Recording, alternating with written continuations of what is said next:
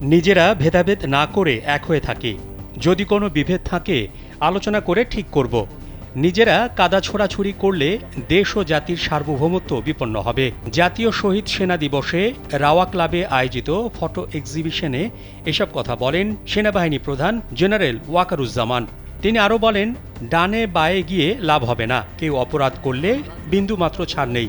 এটা একটা সুশৃঙ্খল বাহিনী, এটিকে সুশৃঙ্খল থাকতে দিন। ন্যায় নীতিতে আমরা থাকব। একটাই আকাঙ্ক্ষা, জাতিকে সুন্দর জায়গায় রেখে আমরা সেনানিবাসে ফিরে যাব। সেনাপ্রধান বলেন, আজকে পুলিশ সদস্য কাজ করছে না, কারণ তাদের অনেকেই জেলে।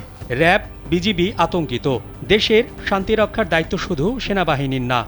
আনসার বাহিনী আছে, ৩০,০০০ সেনাবাহিনী সদস্য নিয়ে আমরা কিভাবে করব? একটা অরাজকতা পরিস্থিতির মধ্যে বিরাজ করছি আমরা।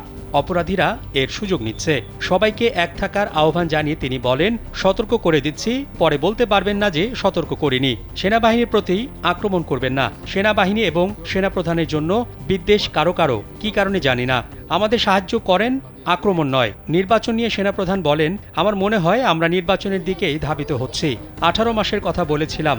ডিসেম্বরের মধ্যে একটা সুষ্ঠু ও নিরপেক্ষ নির্বাচন প্রত্যাশা করি।